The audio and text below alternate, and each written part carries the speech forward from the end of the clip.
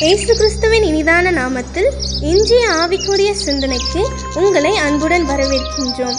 இப்போதும் ஒரு பாடலுக்கு பின்பு உங்கள் சிந்தையை தெளிவிக்கும் ஆவிக்குரிய செய்தியை கேட்கலாம்.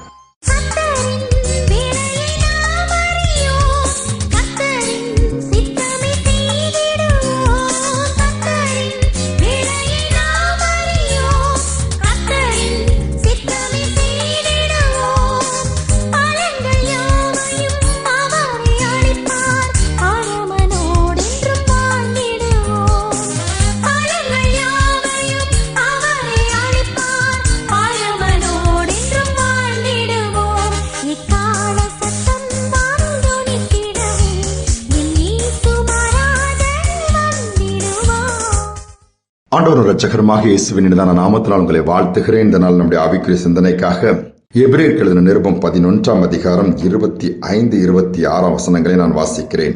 அநித்தியமான பாவ சந்தோஷங்களை அனுபவிப்பதை பார்க்கிலும் தேவனுடைய ஜனங்களோடு துன்பத்தை அனுபவிப்பதையே தெரிந்து கொண்டு இனி வரும் பலன்மை நோக்கமாயிருந்து எகிப்தில் உள்ள பொக்கிஷங்களிலும் கிறிஸ்துவின் நிமித்தம் வரும் நிந்தையை அதிக பாக்கியம் என்று எண்ணினார். மோசே குறித்து இந்த இடத்தில் சொல்லப்பட்டிருக்கிறது. 40 ஆண்டுகள் அரண்மனை வாழ்க்கை, ஆனால் அவைகள் எல்லாம் எனக்கு மேன்மையாக அல்ல என்று சொல்லி அவைகளை துறந்து ஆண்டுடைய பிள்ளைகளோடு கூட பாடுகளை கஷ்டத்தை அனுபவிப்பதை தெரிந்து கொண்டார். அதோடு மட்டுமல்ல, இனி வரும் பலன் மேல் நோக்கமாயிருந்தார். அதுதான் எனக்கு அதிக பாக்கியம். நாம் இம்மைக்குரியதே தேடிக்கொண்டிருக்கிறோம். ஆனால் மோசே இந்த இடத்துல மோசே குறித்து அழகாக சொல்லப்பட்டிருக்கு, இனி வரும் பலன் மேல் நோக்கமாயிருந்தாராம். நம்முடைய வாழ்க்கை அதோடு முடிந்து போவதில்லை. இந்த உலக வாழ்க்கையோடு கூட ஏதோ பிறந்தோம், வளர்ந்தோம், வாழ்ந்தோம், மரித்தோம், அடக்கம் பண்ணினார்கள், கல்லறைகளை பேரை எழுதினார்கள் என்று சொல்லி முடிந்து போவதில்லை. மறுமை என்று ஒன்று நமக்கு இருக்கிறது.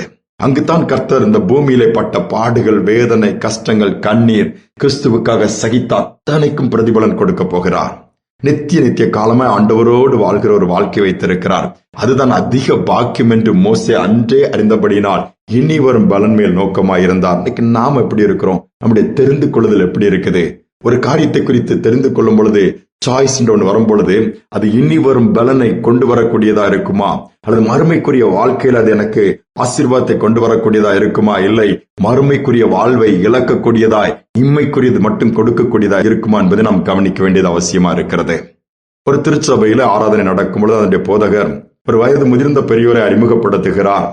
வாழ்க்கையில நடந்த காரியங்கள் எல்லாம் ஆச்சரியமானவைகள், அற்புதமானவைகள். ஆண்டவர் அவ்வளவு அழகாக அவரை பயன்படுத்துகிறார். இந்த நாளில் நம் மத்தியிலே அவர் இருப்பது மிகுந்த சந்தோஷம். இந்த நாளிலே சாட்சியோடு கர்த்தருடைய வார்த்தையை கொண்டு வருவார் சொல்லி அறிவிப்பு கொடுத்து போதகர் அமர்ந்து விடுகிறார். இந்த பெரியவர் பிரசங்க மேடையில ஏறி அந்த சாட்சியை சொல்லுகிறார். பிரசங்கிக்கும் ஆரம்பிக்கிறார். சாட்சி சொல்ல ஆரம்பிக்கும் பொழுதே ஒரு படகிலே நானும் என்னுடைய மகனும் அவனுடைய நண்பனும் பிரயாணம் பண்ணி நம் கடலில் செல்லும் பொழுது பலத்த காற்று அடித்ததுனால எங்கள் படகு கவிழ்ந்து படகிலிருந்து நாங்கள் தூக்கி எறியப்பட்டோம்.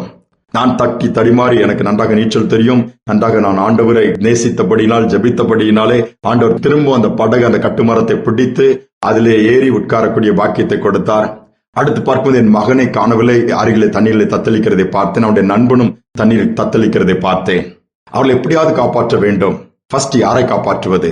இந்த படகில் இருக்கிற அந்த கயிற்றை தூக்கி போட்டு அதை பிடிக்க சொல்லி இழுத்து உள்ளே கொண்டு வரலாம் என்று சொல்லி முயற்சி எடுக்கும் பொழுது சாய்ஸ், மகனா மகனுடைய நண்பனா? அவர் தத்தளிக்கிறார்கள். ஃபர்ஸ்ட் யாரை காப்பாற்றுவது? பெத்த மனம் ஒருவேளை என்னுடைய மகனை எப்படியாவது காப்பாற்ற வேண்டும் ஒரு பக்கம் துடித்திருக்கும். ஆனால் மறுபக்கம் ஆண்டவரை ஏற்றுக்கொண்ட ஒரு பிரியமா அந்த மனிதர் வாழ்ந்தபடியினாலே என்னுடைய மகன் இயேசுவை ஏற்றுக்கொண்டிருக்கிறான், ஆண்டவருக்கு பிரியமாய் வாழ்கிறான். ஒருவேளை அவனுக்கு இது நடந்தாலும் மறுமை வாழ்வை, பரலோகத்தை சென்றடைவான், பெற்றுக்கொள்வான். ஆனால் இந்த அவனுடைய நண்பன் இயேசுவை அறியவில்லையே, அவன் ரட்சிக்கப்படவில்லை என்று சொல்லி ஃபர்ஸ்ட் அவனுடைய நண்பனுக்கு அந்த கயிறை தூக்கி போடுகிறான். அவன் அதை பிடித்துக் கொள்கிறான். இழுத்து அந்த படகிலை மீண்டும் ஏற்றிக் கொள்கிறான். அடுத்து மகனுக்கு கயிறை போடலாம். ஒரு பெரிய ராட்சத அலை வந்து மகனை அடித்துக் கொண்டு போய் விடுகிறது. எங்கு போய் சேர்ந்தான்னு தெரியவில்லை. கஷ்டப்பட்டு கரைக்கு வந்து சேருகிறார்கள். அடுத்த நாட்களிலே மகனுடைய சரீரம் கரை ஒதுங்குகிறது. மரித்து போய்விட்டான். ஆனாலும் கர்த்தருடைய சமூகத்தில் அவன் போயிருப்பான் நம்பிக்கை. இப்படி இந்த காரியங்களை சொல்லிக் கொண்டிருக்கும் பொழுது அங்கு அந்த சபையில் இந்த 2 வாலிபர்கள் கூர்ந்து கவனித்துக் கொண்டிருக்கிறார்கள். அப்படியே நிசப்தம் அந்த திருச்சபை அப்படி பார்த்துக் கொண்டிருக்கிறது. அதுக்கப்புறம் அருமை குறித்து பேசிவிட்டு அவர் என்ன பண்ணிவிட அமர்ந்து விட்டார். ஆலை முடிந்த உடனே அவர் உட்கார்ந்து இருக்கிறார். 2 வாலிபர்கள் கவனித்து கேட்டவர்கள் வந்து, ஐயா, நீங்க சொன்ன சம்பவம் கேட்க நல்லா இருக்குது. அவங்க மகனை காப்பாற்றிருக்கலாம், ஆனா இன்னொரு பையனை நீங்க காப்பாற்றுறீங்க. அவன் இந்த நண்பன் ஆண்டவரை ஏற்றுக்கொண்டு ரட்சிக்கப்பட்டு ஆண்டவருக்கு பிரியமா வாழ்வான்கிற ஒரு நம்பிக்கை எப்படி இருக்குது சொல்ல முடியுமா? அதுல ஒரு அஷூரன்ஸ் உங்களுக்கு கொடுக்க முடியுமா? அவங்க கூட பின்மாற்றத்துல போய் அல்லது அவன் ஆண்டவரை ஏற்றுக்கொள்ளாமல் கூட அவன் வாழ்க்கை இருக்கலாமே. அப்போ பெரிய லாஸ் தானே சொல்லும் பொழுது அவர் அப்படியே சிரித்துக்கொண்டே பார்த்து கொண்டே இருந்தாராம். திரும்பவும் கேட்டார்களாம். அவர் சொன்னாராம், நீங்கள் அறிந்து கொள்ள விரும்புகிறீர்கள் என்று சொன்னால் அந்த தகப்பன் நான் தான், என்னுடைய மகன் தான் இறந்து போனது உங்களுக்கு தெரியும். என் மகனுடைய நண்பன் யார் தெரியுமா? உங்கள் போதகரை போய் கேளுங்கள், அவர் சொல்லுவார். உங்கள் ஆலயத்தில் போதகராக இருக்கிறாரே, அவர் தான் என் மகனுடைய நண்பன். இவரை தான் நான் அன்று காப்பாற்றினேன். அந்த ஆண்டவர் அறியாமல் இருந்த வாலிபன் இன்று பாருங்கள், ஆண்டவருக்காய் ஊழியம் செய்கிற ஒரு பெரிய போதகர். நம்முடைய பிரயாசங்கள் ஒன்று வீண் போகாது. நம்முடைய தெரிந்து கொள்ளுதல் பாருங்கள், 2 ஆத்மாக்களையும் ஆதாயப்படுத்துற அளவுக்கு இந்த அருமையான தகப்பனுக்கு அந்த இடத்துல ஞானத்தை கொடுத்தார். நாம் நம்முடைய பிள்ளைகளை வளர்க்கிறோம், நம் பிள்ளைகளுக்காக பிரயாசப்படுகிறோம், எவ்வளவோ காரியங்களை முயற்சி செய்து கொடுக்கிறோம். மறுமைக்குரிய காரியங்களும் பிள்ளைகளுக்காய் நாம் செய்ய வேண்டும். அதை நாம் நிச்சயமாகவே உணர்ந்திருக்க வேண்டும். அதற்காக ஜெபிக்க வேண்டும். இது நம்மேல் விழுந்த கடமை. நாட்டில் நம்முடைய தெரிந்து கொள்வதை சற்று சீர்தூக்கி பார்ப்போம். இனி வரும் பலன், இனி வருகிற ரிவார்டு, இனி கிடைக்க போகிற ஆசீர்வாதம் இம்மைக்குரியதை காட்டிலும் பெருசு. அது பெரிய பாக்கியம். அதை பெற்றுக் கொள்வதாக தொடர்ந்து ஓடுவோம். எந்த விதத்தில் அதை இழந்துவிடக்கூடாது. தாழ்த்தியானவர்கள் ஒப்புக் கொடுப்போம். சோர்ந்து போக வேண்டாம். நிந்தை, அவமானம், கஷ்டத்தை கண்டு பின்வாங்க வேண்டாம். கர்த்தர் நடத்துவார். ஜெபிப்போம். அன்பின் தகப்பனே, இதனால அநேக பாடுகளை பார்த்து சோர்ந்து போய் விடுகிறோம். ஆண்டவருக்கு பிரியமாகத்தானே இருக்கிறேன், நான் ஜெபிக்கிறேன், ஆண்டவரைத்தானே தேடுகிறேன், என் வாழ்க்கையில முடிந்த அளவு நான் உண்மையாக இருக்கிறேனே, எவ்வளவோ பாடுகள் பட்டும் என்னுடைய கையில ஒன்றுமே மிஞ்சுவதில்லையே, எல்லாம் நஷ்டமாய், கஷ்டமாய், பலவீனமாய், வேதனையாய், தடைகளா இருக்கிறது என்று புலம்புகிற பிள்ளைகளை இன்னைக்கு பார்த்து தட்டி கொடுத்து இனி வரும் பலன் எப்படி இருக்கிறத காண்பீங்கப்பா. அவருடைய பிரகாசமான மனக்கண்களை திறங்க, ஆவிக்குரிய கண்கள் திறக்கப்படட்டும். வரப்போகிற நாட்களை நீர் வைத்திருக்கிற மகிமையான வாழ்க்கையை பார்க்கக்கூடிய பாக்கியத்தை கொடுங்கப்பா. எந்த விதத்துல சோர்ந்து போய் விடாதபடி, இம்மைக்குரியான காரியங்களுக்கே வாழ்ந்து மடிந்து விடாதபடி, மறுமைக்காக இம்மையிலே தெரிந்து கொண்டு அதற்காக நாங்கள் தொடர்ந்து முன்னேறி செல்ல உதவி செய்யும். தாழ்த்தி ஒப்புக் கொடுக்கிறேன். கிருபை உண்டாகட்டும். ஒவ்வொருவரையும் பலப்படுத்தி தொடர்ந்து நியமித்திருக்கிற பாதையில் ஓட வைப்பதற்காக ஸ்தோத்திரம். துதி கனமை ஏற்றுக்கொள்ளும் இயேசுவின் நாமத்தில் பிதாவே, ஆமேன், ஆமேன். இம்மைக்காக அல்ல, இனி வரும் பலன் மேல் நோக்கமாயிருப்போம். அதுதான் அதிக பாக்கியம் என்று சொல்லி எண்ணி முன்னேறி சொல்லுவோம். கர்த்தர் நிச்சயமாக நம்மை நடத்துவார். இந்த சிந்தனையோடு இந்த நாளை தொடர்வோம். மீண்டுமாய் நாளை தினம் சந்திப்போம். இயேசுவுக்காய் அவமானம் ஏற்றுக்கொண்டே இனி வரும் பலன் மேல் நோக்கமானே. இயேசுவுக்காய் அவமானம் ஏற்றுக்கொண்டே இனி வரும் பலன் மேல் நோக்கமானே.